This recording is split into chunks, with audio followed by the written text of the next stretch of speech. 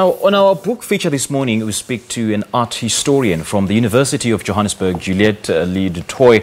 She has recently released a book titled Isishweshwe, the history of the indigenization of blueprint in Southern Africa. Now, this offering takes the reader on a journey of the cross-cultural usage of this particular cloth type and just how has it become a very important part of this country's heritage. And to help us unpack this read further, I'm joined from our Durban studio by its author, Juliette Leeb-du-Toit. A very good morning to you, Juliette. Thank you so much for joining us. Now, the Isishweshwe has been part of this country's heritage for many years. Why was it important for you to track its origins? Good morning, Sipiwe. Sorry, my voice is a bit affected by a flu. Sipiwe, thank you very much for inviting me onto the program.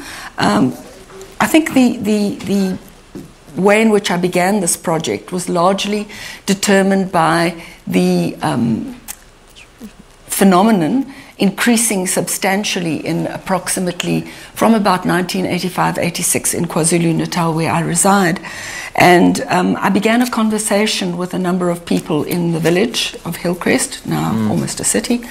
And it was for me particularly interesting that many people I spoke to considered that it was very typical of the phenomenon, if you like, of the udlame. People wore it, women in particular wore it as a form of protection.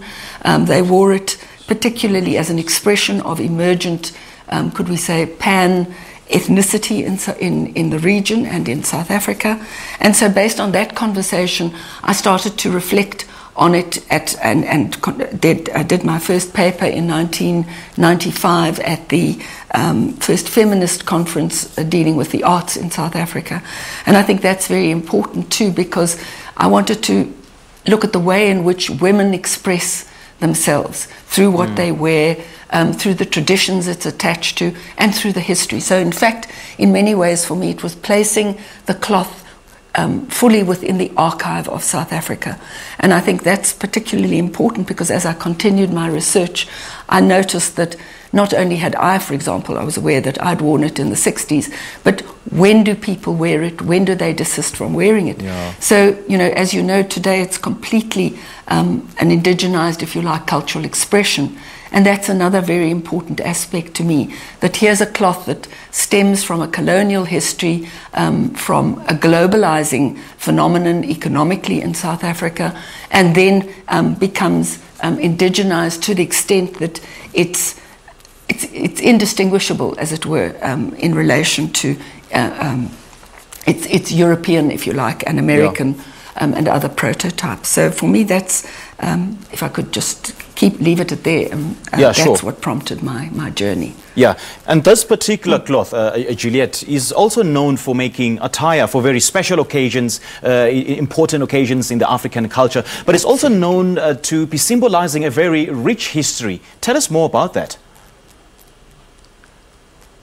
Yes, well, as I initiated my research, I started to look back at the possible prototypes, and it took me back as early as the 1400s, where certainly, amongst others, it was one of the many cloth types that probably emerged from India, but also with prototypes in China, Japan, that were mediated through the Portuguese at first into a South African context.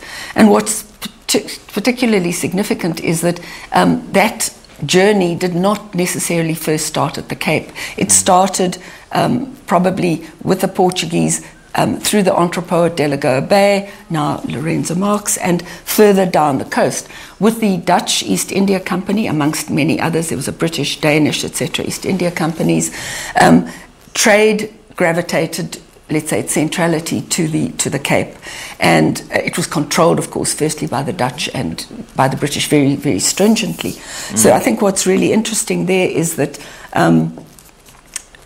in finding that early history, I had to explore. One of my readers referred to it as sleuthing on my part, and together with a very highly regarded colleague of mine, she was a former student, Kirsten Nieser, we literally tried to retrace this archive of its origins, going to every museum in the country, every archive, finding these sources, and trying to ascertain when it was an imposed cloth, so when its reception would have been possibly a little more coerced in a mission context, for example. One of the earliest ones probably at Genadendal, Moravian missionaries who come from Herrnhut, Eastern Germany, and then certainly taking that whole journey, if you like, of initial imposition. Juliette, just to interrupt you there, for a second. I see you did quite well, and you were quite extensive in the narration of the rich history of the Isishweshwe. Just what sort of research did you have to do in order for you to capture